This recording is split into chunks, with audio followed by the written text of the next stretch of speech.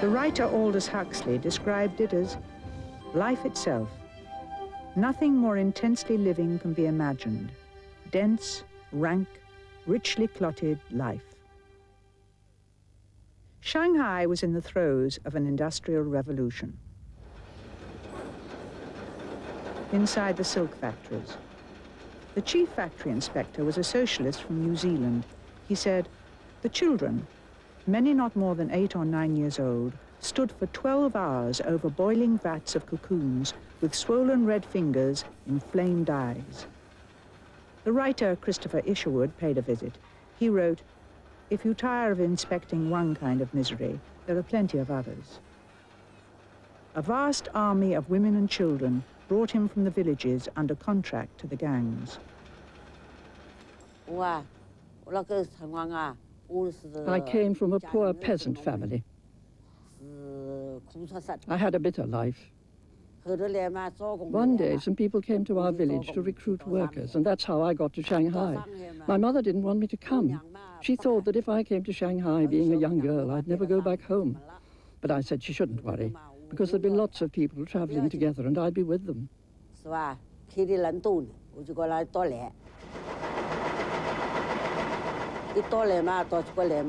So we all came together, and we got to this factory. It was all young girls here. On Sundays, we knitted and mended our socks. We never went out. The presence of mill girls like Su Lai Di was a great temptation to reformers. Left-wing parties were banned, but the cause thrived under the surprising banner of the Young Women's Christian Association. In Shanghai for many years, Christian missionaries and teachers like Cora Deng had been in the forefront of reform. We didn't mention the word revolution, because as you can imagine, the students would have been arrested, our school closed down, and we'd all have been imprisoned. So it was a tactic not to mention it. In the classroom, we had to teach using proper methods and textbooks. We did everything properly. And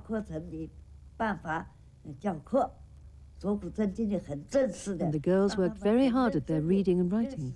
At the same time, the YWCA had a very good method of doing things. We organized an industrial girls' club. We had called it the Working Girls Club, changed it later to Workers' Friends Club. But that didn't do either, because the authorities were suspicious. If we used the word workers, it meant we were rebels.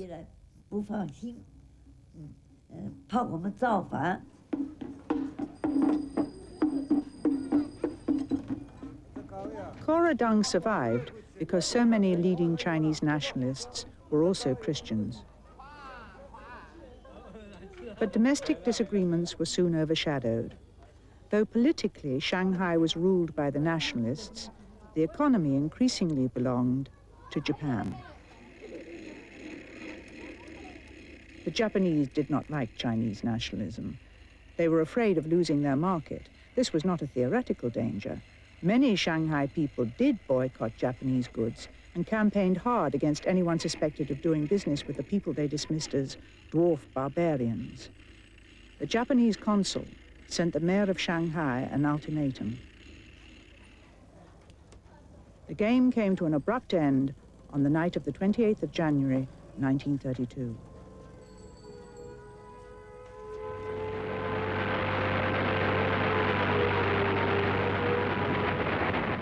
Reuters reported, the Chinese city appeared to be one big bonfire with flames leaping 100 feet into the air amid a roar audible at a great distance.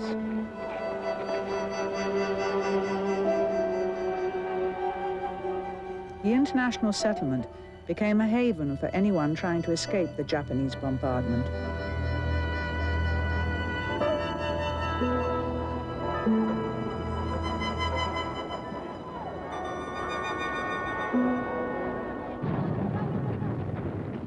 Newsreel pictures of the hostilities, which began in 1932, attracted worldwide acclaim for the courage of Shanghai's Chinese defenders. But this was only the beginning. War with Japan would soon consume China.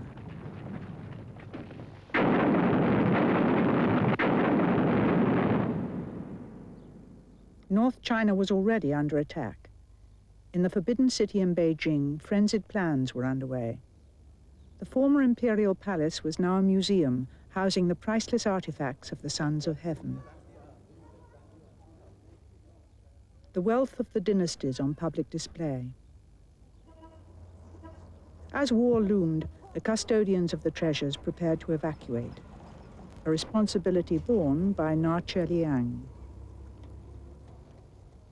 We had no problems with transport. It was just the people in Beijing. They were against it.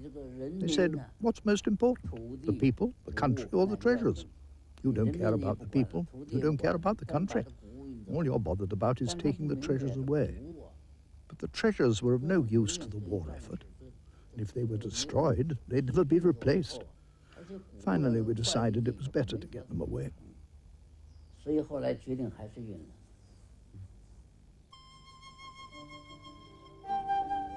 One national treasure was now Japan's secret weapon against China. The boy emperor Pu Yi, the child who came to the throne at the age of 2, the last son of heaven of the Manchu dynasty. It was in 1934, 20 years after his abdication, that Japan put Pu Yi back on the throne. Not emperor of all China, but of the huge northern province of Manchuria, ancestral home of his Manchu dynasty. His sacred dragon robes brought north from Beijing for the occasion.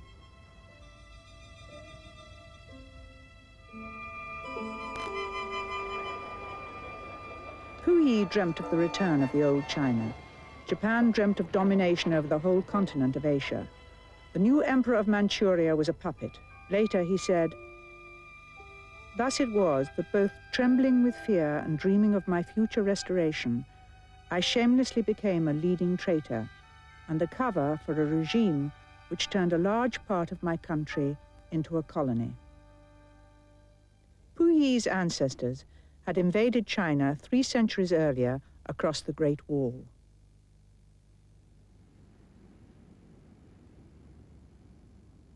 They say it's the only human construction visible from space.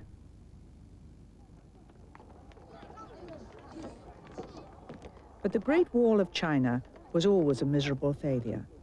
Built over many centuries to protect the heart of the empire from barbarian invasion, it was repeatedly overrun.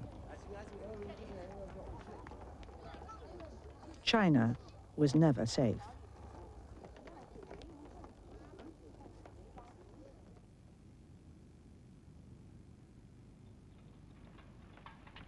A humiliating truce with Japan forced the Chinese army to withdraw south of the Great Wall. The area was still occupied by the great Manchurian warlord, Zhang Zuolin. He was assassinated by the Japanese. His son, Zhang Sueliang, took over.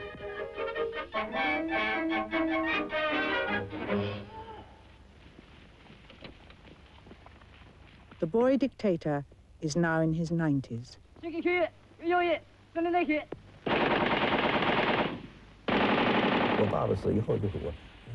After my father died, I took over. The troops weren't a big burden. I already had 90% control of them. But I'd never had to consider politics before. After my father died, the politics all descended on me. In those days, the young marshal was dismissed as a feckless playboy, too keen on the opium to be much use as a leader. But the warlord became a hero to a generation of Chinese patriots.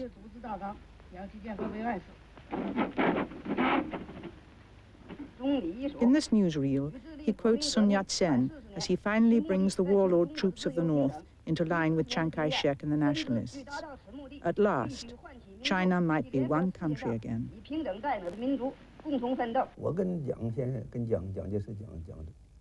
Generalissimo Chiang and I always addressed him as Generalissimo, we had a disagreement about this. The Generalissimo thought the communists were the main enemy, so we ought to wipe them out first. I felt the Japanese were the main enemy. We didn't agree. I did think the communists were enemies, but they weren't the biggest enemy. The biggest enemy were the Japanese.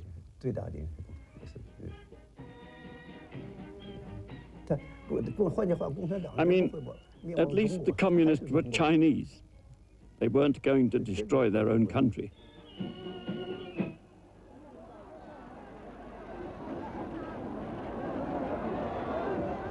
A great many people agreed with the young marshal.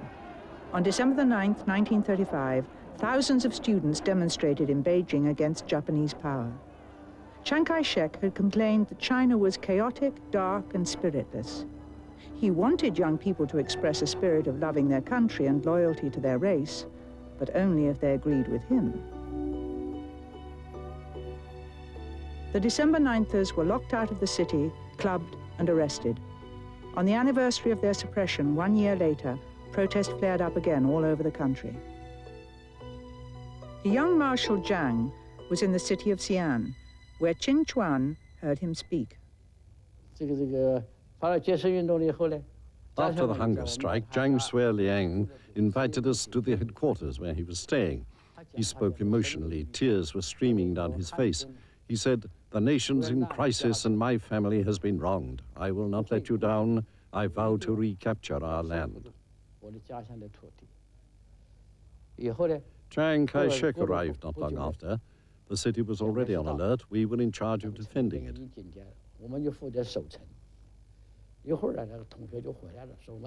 After a while, our colleagues came back saying they'd arrested Chiang Kai-shek. They'd taken his false teeth and a gold-plated belt. Later, we took the belt to use as theatrical props. We didn't know it was worth a lot of money. We just took it to play with. We were prepared to arrest Chiang and kill him. We put up posters with the words, "Public Trial of Chiang Kai-shek."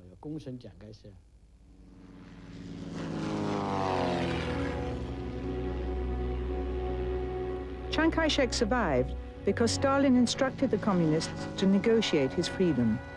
When Chiang and his wife flew back to their capital of Nanjing on Boxing Day, 1936, 400,000 people turned out to welcome them. The young marshal had tried to force the generalissimo at gunpoint to accept a united front against Japan, to free political prisoners, to carry out the will of Sun Yat-sen to save the nation. Chiang gave only a verbal agreement to review the situation. The Xi'an incident was a heroic failure. The kidnapping made world headlines. Chiang Kai-shek is released and restored to his American-bred wife. The head of the Chinese government was kidnapped by Chiang, the young marshal, but it all ended happily in an exchange of Oriental courtesies. I have never had any regrets about anything I've ever done. If I want to do something, I'll do it, with no regrets. What's done is done. I alone am responsible for my actions, no one else. That's why, after the Xi'an incident, I went to Nanjing. There, they could have had me executed or shot, given me a death sentence. I take complete responsibility for everything I do. Complete responsibility.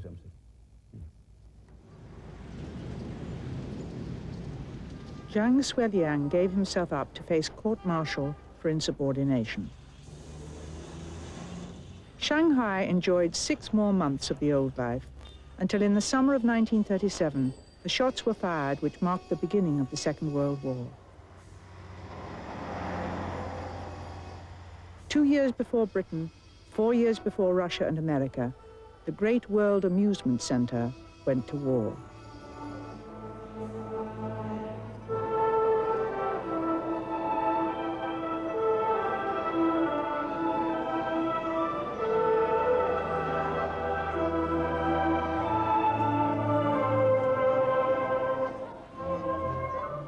The shooting began in Shanghai on the rainy night of Friday, the 12th of August.